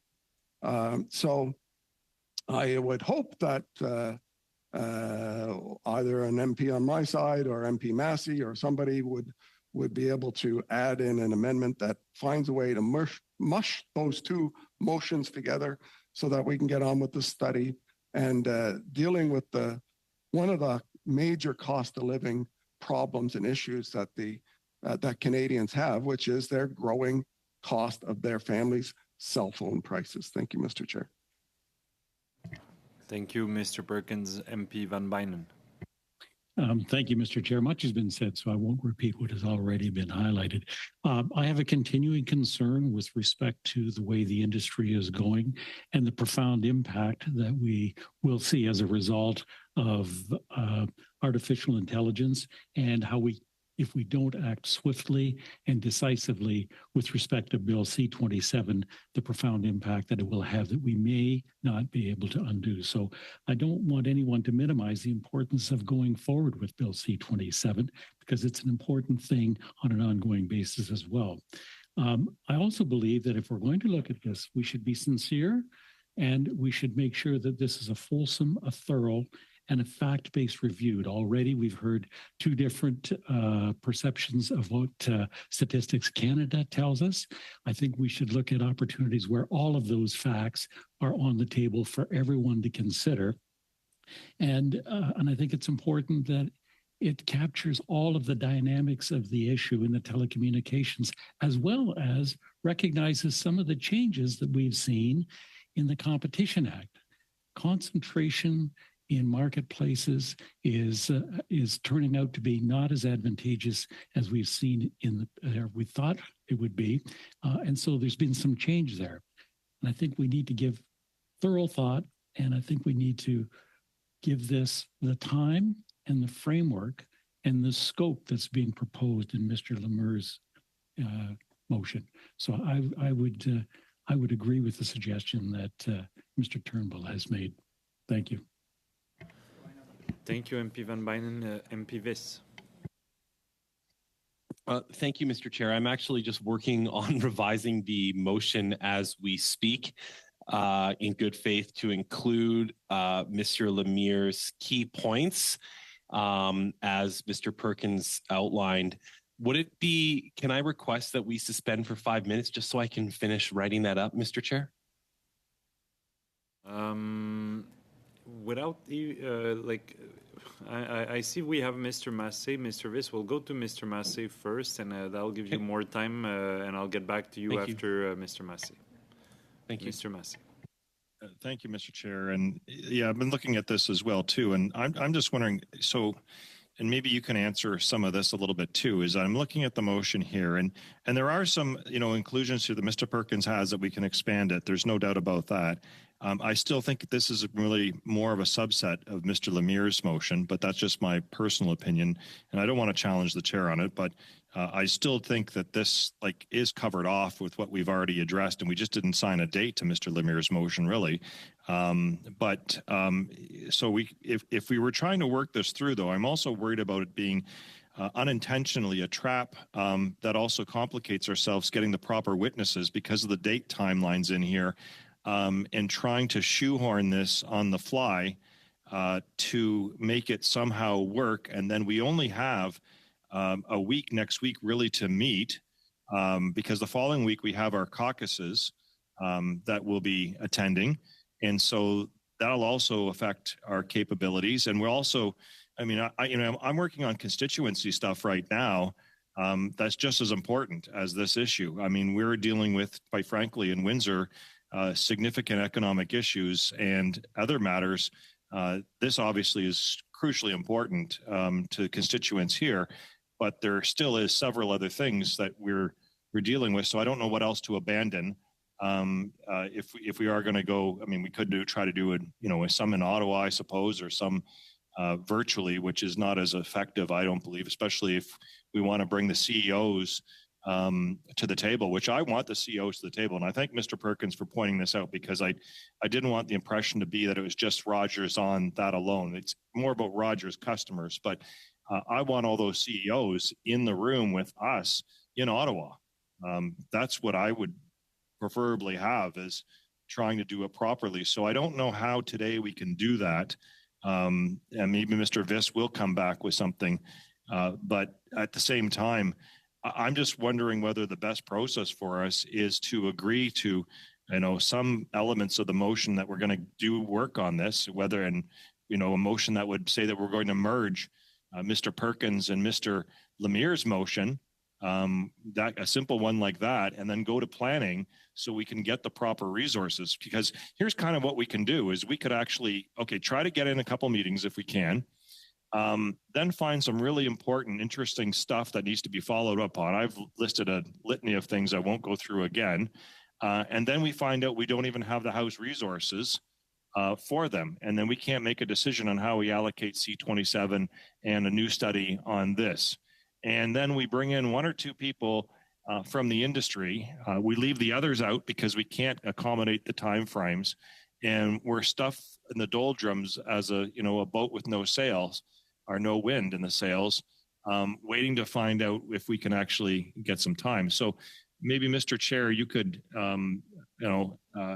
provide some guidance as to, the challenges of trying to get the witnesses. And if we have to subpoena a witness, I want to subpoena a witness if I have to. This is a significant issue and important for me for the CEOs. So if we have to do that, and we've seen CEOs come to the Parliament, come to our tables, and not even tell us at the right times the right things that are supposed to be happening. We even had that as an industry committee here. We had the CEOs of the grocery store industry when they ended pandemic pay, all three of them on the same day, basically through a loophole in the system.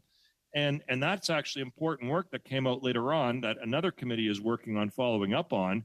But it was important because it was this committee that actually brought the CEO grocery retailers the first time in Parliament here. And I don't want to forget that because I want to do this right with the same CEOs that are right here. It's outrageous that this is going on. And I think, Mr. Perkins deserves credit for highlighting a particular case in the whole whitewash on Canadian consumers that's taking place. But I also don't want to trap us accidentally and not do the right thing and also almost start something that we can't even finish and to be embarrassing. So I don't know how to wedge these things two together. I have a commitment to myself and to whether we can craft a motion that would, say that we're going to, go to a committee, a business meeting or something. We can even do it next week or whatever. It won't take the full operations of Parliament, and we could focus on crafting a motion of merging the two that we would then start up on.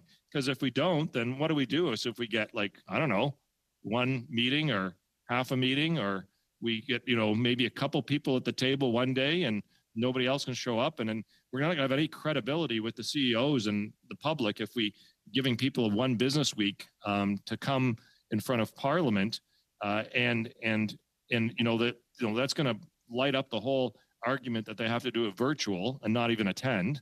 That's going to give them tons of credibility on that. And then second of all, they'll be able to escape that. And we've seen that on other industry initiatives that have been, put aside from our committee or gone to other committees where we've had a hard time procuring witnesses at certain times at the last minute. And some of that stuff is still spinning its wheels because we're having a fighting time to get people to show up. So my suggestion at this point in time is to see whether there's enough support to stand this down to some degree, but also to have something that's committed so that it gets the confidence of the author of the motion and also the other author being Mr. Lemire, who's sincerely been waiting. Like, he put that study forth a long time ago. And he did it with sincerity that it would actually be one of the things that would actually be taken up when we had time and it was a priority. So we have that commitment as well, too. And that was talked about when we were at the table. We said that to Mr. Lemire. We all did. We said that if we had some extra time, we had some extra resources, we would go back and look at what we had done. And that's why we passed it. We passed his motion. We didn't have to pass his motion. We could have just put it off to other business. We could have just put it off something else. I haven't even proposed a motion for how to actually go about time use in this Parliament session for industry, because I actually do support what Mr. Lemire has put forth as a priority. And that's the reason I don't have one that's sitting on the books waiting and haven't pushed the committee to endorse it just for a political point. It hasn't been done because Mr. Lemire actually has something that's pretty darn important. It's a pretty good way actually looking and using some of the previous industry committee work. So my concern again is that we accidentally end up boxing ourselves in. So I recognize the value of this motion, but I think it makes Mr. Lemire's point in motion much stronger. And if we could somehow merge them with a commitment to do so, if we have to do it through a motion, so there's a public commitment that we do care about what's been brought forth here today, and we do it in a way that solidifies that we're going to go and our subcommittee and get a final draft to bring it back to us, so we don't waste any time when we come back. When we come back to the House of Commons, bang, first meeting. We can actually then do the final stuff on that, and we could even then hopefully move on to C27 right away as we start to line up the witnesses for this motion or the final one that we have. So that might be a better use of our parliamentary time, resources, and provide a more concrete opportunity for others outside of the lobbying halls of Ottawa that always seem to get their time here, that might also be able to participate in a more wholesome study. Thank you, MP Massé. I have MP Turnbull and MP Viss.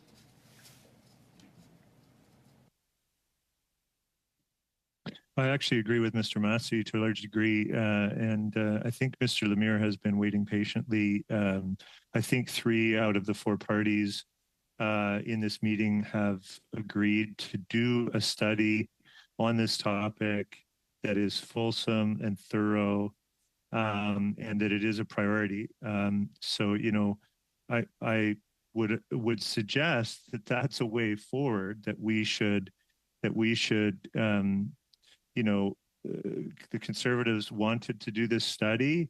Mr. Lemire has a more sufficient motion that's sort of on the docket of things to study, why don't we move to amend that to be inclusive of what Mr. Perkins and others have suggested here? I think that is a way forward. It gets us to consensus. Seems to be, I think, better.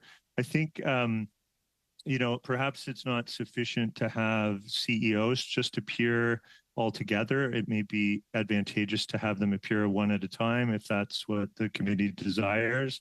I think Mr. Lemire's motion may allow us to do that as well. So I think, that's what I would suggest. I think that's a way forward here. And so I don't know whether Mr. Perkins is not liking, getting what he wanted. It just seems kind of strange that we would have, an ability to move forward here and then have resistance. It's not really just about the wording or who put the motion forward. If we're working on behalf of Canadians and we have a way forward here and we're agreeing on doing this study, then let's get it done. Let's move to Mr. Lemire's motion and amend that. So thanks again. Okay, thank you, MP Turnbull, MP Viss. Thank you. I'm just pulling. I actually just worked on with my team here a motion that incorporates what Mr. Lemire included in his original motion. I suspect, MP Viss, you meant to say you worked an amendment to the motion. My apologies. Thank you, Mr. Chair. I worked in an amendment to the motion on the floor today, which would include the following language, and it's all going to be sent to you right now, that we would include the language from Mr.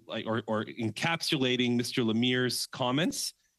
And so if you look at the original motion, the committee therefore agrees to be immediately recalled to undertake a study of up to 6 meetings of at least 2 hours per meeting to study, and this is where we incorporate Mr. Lemire's comments, the modernization of the regulatory framework, examine technological advancements such as 5G, fiber optics, Wi-Fi 6, and many others, that it examine innovative opportunities for businesses and consumers in Canada and internationally, that it scrutinize the operating costs of these technologies and the maintenance of so-called critical infrastructure, that it examines the need for network resiliency in the face of climate change, investigate unused spectrum in more remote and rural areas, as well as deployment targets, that it examines the need to expand mobile connectivity to improve public safety, and examine telecommunications tower construction programs and infrastructure deployment financing. And then under subpoint A regarding Minister Champagne, and he appears by January 26th, and under Mr. Staffieri, point B, and that he appears by January 26th.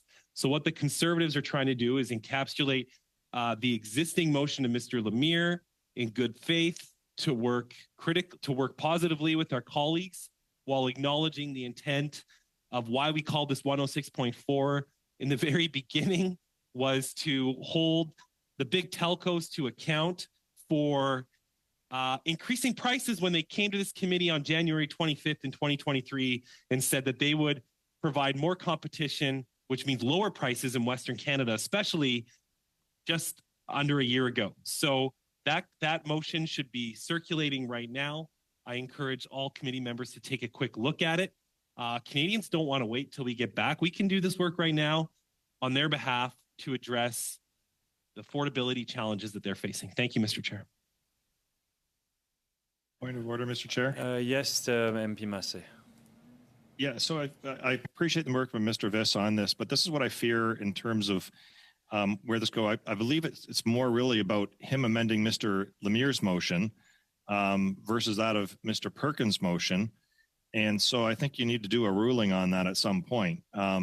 So let's get it and take a look, as opposed to, again, and what I worry is that we've got another 25 minutes here. And I'd prefer to, again, I'd like to see you to have a look at that, because I don't want to get into a debate as to whether or not it's admissible, if some other members feel that way or not. But I suspect because of the way it's been done, it's it's kind of like the tail wagging the dog. And not because of Mr. Viss's work, just because of the way that the things have evolved. So no fault to his own or to Mr. Perkins or even to Mr. Lemire. But the reality is we already passed a motion, and I don't want to get into again, I'd rather clear things up and have a direct path after this meeting, because if we don't, then we have to schedule another meeting, and that means it's even longer time to try to get witnesses for this, and that's another lost opportunity. So I think that we just, if we are going to take a break, we only have a little bit of time left, and to be cognizant of that, because we have to either pass something or we come back to another emergency meeting, or we try to continue to craft something out as the time ticks away from witness notifications that can take place. Thank you, Mr. Chair. Thank you, MP Massé, for that point of order. I will entertain your point of order. I think you're correct, basically, Mr. Visson, although I appreciate the effort in trying to find a path forward. This is basically asking the committee to vote on something that we've all already agreed with an amendment. So if we wanted to amend, just procedurally, colleagues, so we're clear, now we have Mr. Perkins' motion. We've got different path. Either we adopt the motion or we defeat it. Either we amend the motion or not. If the motion is defeated, a member could bring another motion that would seek to amend Mr. Lemire's motion. This would need unanimous consent for us to revisit a motion that's already been voted on by the committee. What we could also do is just adopt a motion that just adds to Mr. Lemire's motion, saying, building on what the committee voted on September 26th, it is decided by the committee that we want to add, say, a couple of meetings or invite such and such witness. That's a possibility. But the way you presented your amendment, Mr. Viss, I'm afraid that's then that would be more akin to amending Mr. Lemire's motion, which we already voted on, and that would need unanimous consent, and then that takes us away from the motion we're debating right now, which is Mr. Perkins' motion. So we're back to square one, and Mr. Massé is correct. We only have 21 minutes left. And I don't see any more hands up, which would then mean that the debate collapses on the motion of Mr. Perkins, which would bring it to a vote.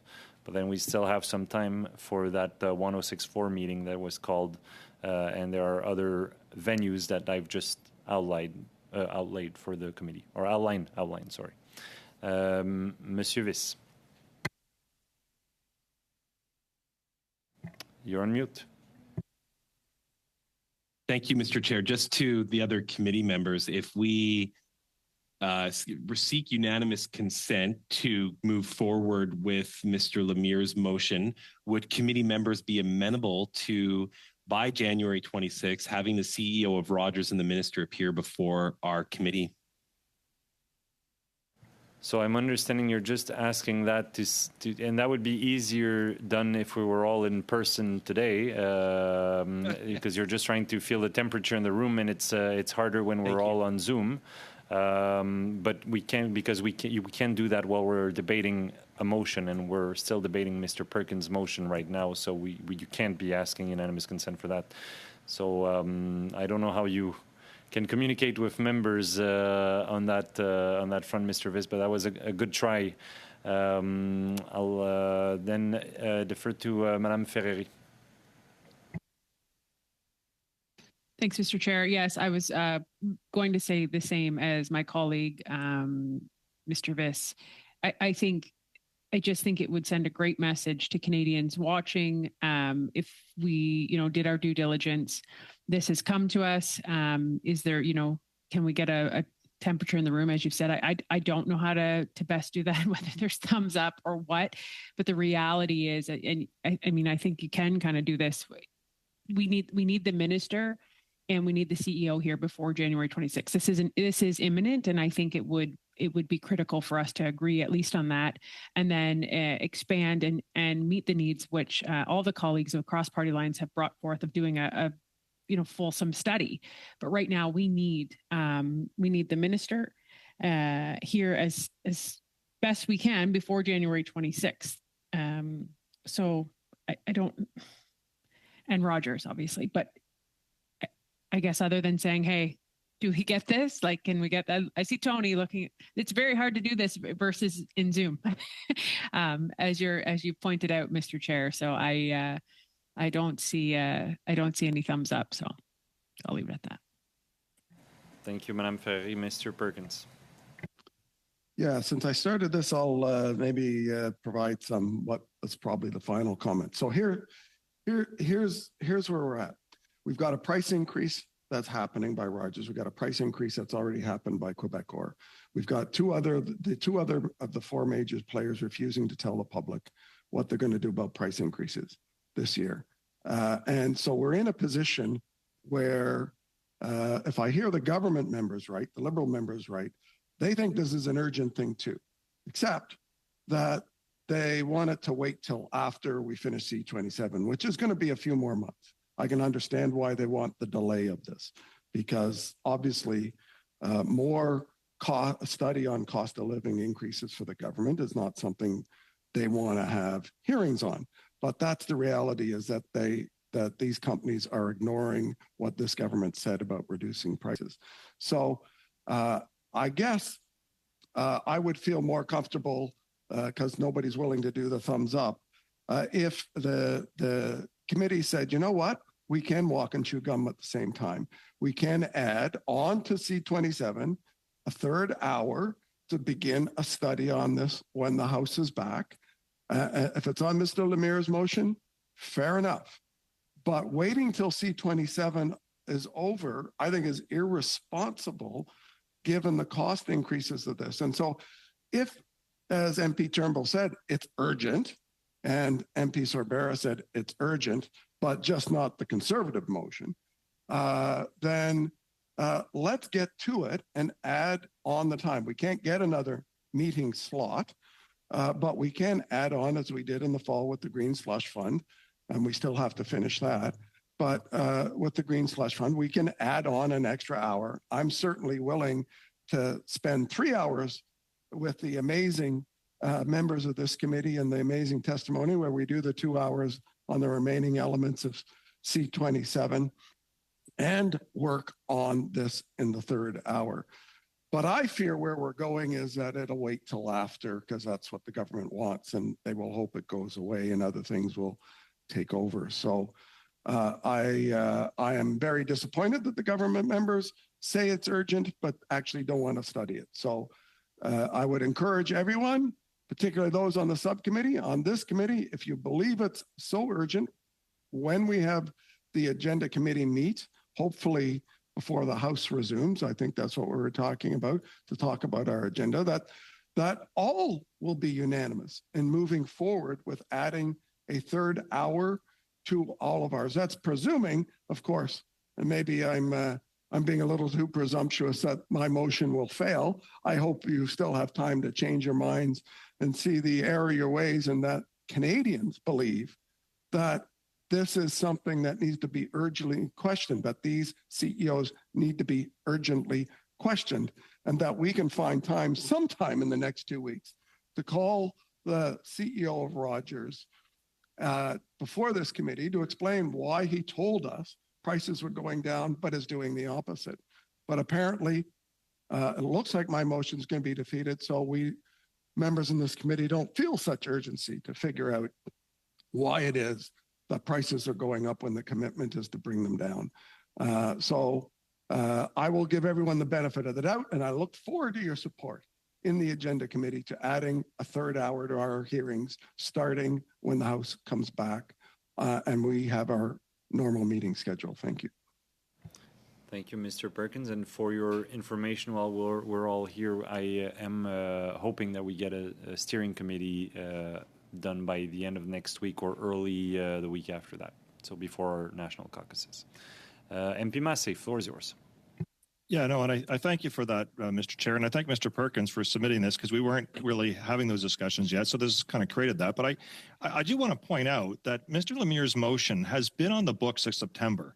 So this is the latest round of what's taken place to Canadian consumers. So don't like just because it pops up when the House of Commons isn't sitting and it's a specific target on the minister doesn't mean that we don't care about all the other things that have taken place. And there could have been action on this or several other things that have taken place, and we could have broken off meetings at any point in time. We're the authors of our own destiny here. So I would hope, and my intention is to go to the steering committee and try to find those extra resources or time to do something more substantial than just a one-hit wonder on Rogers in this moment that's going to be meaningful for Canadians, and we don't have it baked later on after C27 that we have it. But I mean, this is the reality that we're faced with right now. It's a Hail Mary pass motion during a time period right now where we have very little time to even notify the witnesses to come and guarantee that they would be on our site here, or we have to go in a circle again and come back and just look at this one kind of narrow piece of it. So I'm not hearing that there's there, and I hope that some Liberal members might chime in and say that they're committed to actually, working with the steering committee to find the resources so that this doesn't get lost again. But that's the reality, is that we could have abandoned our C27 study at any point in time. Any motion could have happened at any point in time on this or other issues. And Mr. Lemire's motion has been on the books since September, and we have not acted on it. And we haven't acted on it for a lot of different reasons. And I hope that we can actually then do what you're saying, Mr. Chair, is to meet together and get an appropriate combination that's more, gives also, the mere fact is that Mr. Lemire deserves some credit by being ahead of this. I mean, he's not reacting to what's just taken place in a small subset of the larger problem in industry. Mr. Lemire actually approached the committee in earnest, put the motion, put it on the table. We voted and supported on it, and it's been sitting patiently, and he has been in this committee. So I'm hoping that other Liberal members will commit to making sure that we're going to do more than just wait around to C27. That's not the intent at all. This is actually, for me, invigorating in the many senses that we're actually going to get to something that I think is very much where the committee should be spending some time on, because C27 is soaking everything up, but we actually have some of the biggest responsibilities. And I'll conclude with this, as this is why some of our work has been shopped around to other committees as well. And it's been done by certain parties that have tried multiple motions on the same subjects and different committees, trying to take work away from us, or we're not even finishing the stuff that we actually have passed motions on that is actually still have witnesses coming forth that are still there. So I guess the thing we have to discuss, whether it's going to be publicly now or later on openly or outside of our other meeting, we can do the subcommittee out in public as well too, is how we're going to abandon all the other work and money and investment that went into Sustainable Development Canada, went into the auto motions. Are we going to actually give all those things up as well too? I don't know. And I don't know how we solve that on the fly like this. So I just hope that we have a commitment here, though, to do what we should have done probably and been more proactive on Mr. Lemire's motion. Merci, Monsieur Massé. Madame Ferreri. Thank you, Mr. Massey. Madame Ferreri. Thank you, Mr. Chair. And listen, this is like going around in circles. It's super frustrating. I think, Mr. Lemire's study is obviously relevant. There's something bigger here. The looming fact is we were elected as members of parliament to work. And I'm not understanding the rationale within this group. If I'm going to be honest with you, Canadians were promised cell phone bills would not go up with this merger. That was the promise of the minister. It is front page news. They're going up. They're going up in a cost of living crisis in one of the worst months of the year of January. I've tried to feel the vibe of the room here. Everybody has said, yes, this is a problem. And then, no, we're not going to vote in favor of this motion to bring forth the minister and the CEO of Rogers. So I put it forward as a friendly suggestion, but now because I couldn't get thumbs up, I'm just going to put it forward as an official amendment that to remove within the amendment that was put forth by my colleague, Mr. Perkins, it is the same motion, but I am removing C, D, and E. So you would keep that. You would still have Minister Champagne appear before the committee and Tony Staffieri, CEO and president of Rogers. These are questions that need to be answered. You have a big study of C27. We have the time. To say that we don't have the time to conveniently log on to our computers from our constituency offices and speak for Canadians who are suffering Doesn't make any sense. We're talking, 2 meetings? This is 2 hours of our time. We were elected to do this. This is our job. So that's what I would put forward to the committee members. At least you're getting the minister in front. The minister has even said himself that he would use any tools necessary. He wants to deal with this. The Liberal minister has said he wants to deal with this. So what are we even contemplating here? It doesn't make any sense. So everything after Rogers in B. Okay, so just Tony. So just to clarify, again, the amendment would keep that A, stay as is, under B, Tony Staffieri, CEO and president of Rogers, end. So everything else after that would be deleted. None of Mirko, we're not calling on that. You can delete the rest of that. That is the amendment I am putting forward, that they appear before January 26th. If we have to put that to the clerk, let me know. I just think this makes the most sense. We can agree on this. This is simple. You can hear this is what the minister has said. He will use any tools possible. Let's put Canadians first. Let's get this done. Thank you. Okay, thank you, MP Ferrari. So we've all heard the terms of MP Ferrari's amendment to the motion. So now we're debating this amendment, and I will recognize Mr. Turnbull. A point of order, Mr. Chair, if I could just clarify. Don't we have a motion from Mr. Viss on the floor as well? No, Mr. Van Bynen, I ruled this amendment out of order, irreceivable. Thank you. So we've got an amendment by Madame Ferrari on the floor. Mr. Turnbull.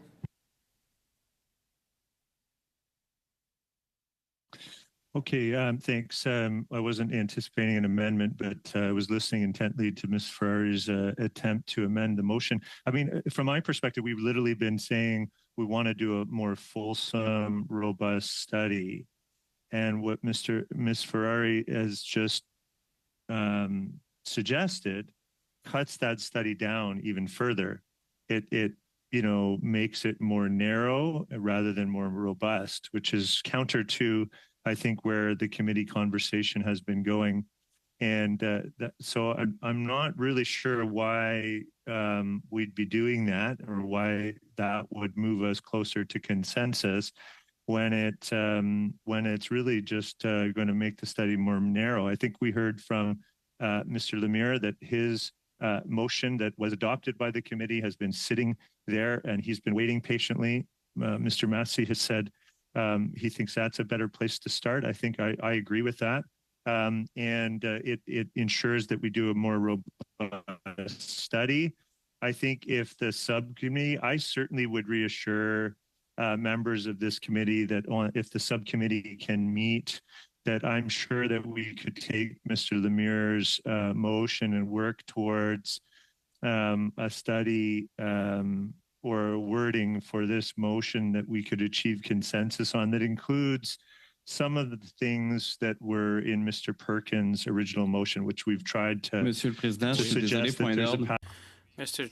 Chair, point of order. Thank you, Mr. Lemire. I was also informed by our interpreters. Low, and that makes it hard for the interpreters to hear you properly. Also, the image is freezing a fair bit. Maybe if you turn the camera off and pursue your comments, I don't know if that's going to help with our situation, if we can get back interpretation, because this takes up a lot of bandwidth. But it's been going on for some time now. Would you mind trying again, and we can see if interpretation works? I'm sorry about that. I've just disconnected my two other devices from the internet. So my apologies. That may improve things, or no? Yeah, no, it's not helping all that much. So I'll keep you on the back burner, Mr. Turnbull. I have MP Van Bynen and Mr. Viss. Maybe if you can connected directly to the source, or in any event, we've got 4 minutes left. So I'll go to Mr. Van Bynen.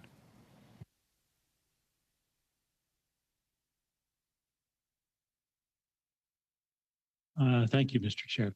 I want to come back to the urgency that we talked about with respect to Bill C-27 and also reinforce the discussion that we've had, how important this issue is.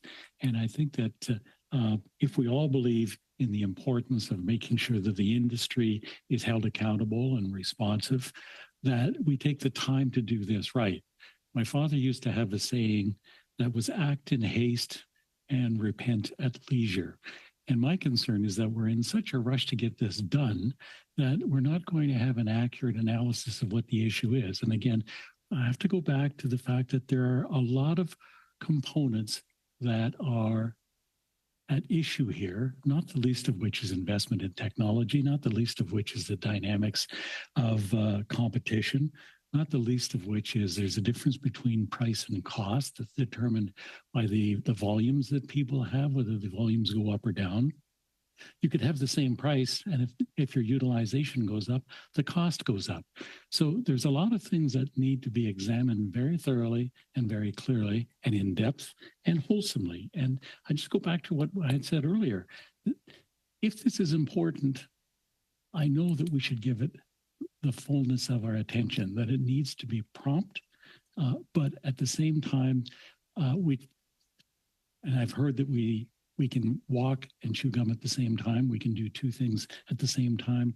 My biggest fear is that we're looking at doing 1.5 things at the same time, and I'm really disappointed that we're not giving it the thoroughness that it needs. We're not giving it the level of investigation, the level of facts, so that we can have a fact-based decision and go forward with making sure that we're doing what's right for our communities. There is the authority for rollbacks on prices as well. But at the same time, we haven't done anything to slow down the runaway technology that Bill C-27 has. And that's a genuine concern that I have. So let's make sure that we're doing what's right for the country and not just trying to grab media headlines. I think it's important that we give full consideration to the issue at hand. And if we're genuinely concerned about it, then let's make sure that it's a thorough analysis, that we get all the facts. With respect to the amendment that's being proposed, I'm not sure that if we say everything after C is deleted, that includes the paragraph that talks about the progress report, which I think is essential. And that could form a part of what's being proposed by Mr. Lemire. So I think that we need to give this due consideration, thorough consideration, and we need to make sure that what we're doing is in the best interest of the country and not necessarily politically expedient. Thank you, Mr. Chair. Okay, thank you, Mr. Van Bynen. And I see that we're getting near the end, getting to the end of this 2-hour meeting. So given that we haven't reached a decision, the meeting will be suspended. And I'm hopeful that subcommittee, which will meet in the coming days, will be able to work out our differences and come back with a plan that's gonna be make good use of the resources of this committee on behalf of Canadians. So I want to thank you all for this first committee of 2024. It's good to see you all. Do we get to vote? No, the meeting is suspended because we've reached the time allocated for the hour. So unfortunately, then it'll be the first thing when we resume because meeting suspended and continues, as you all know. So the meeting is suspended. Thank you all. Looking forward to see you all in person.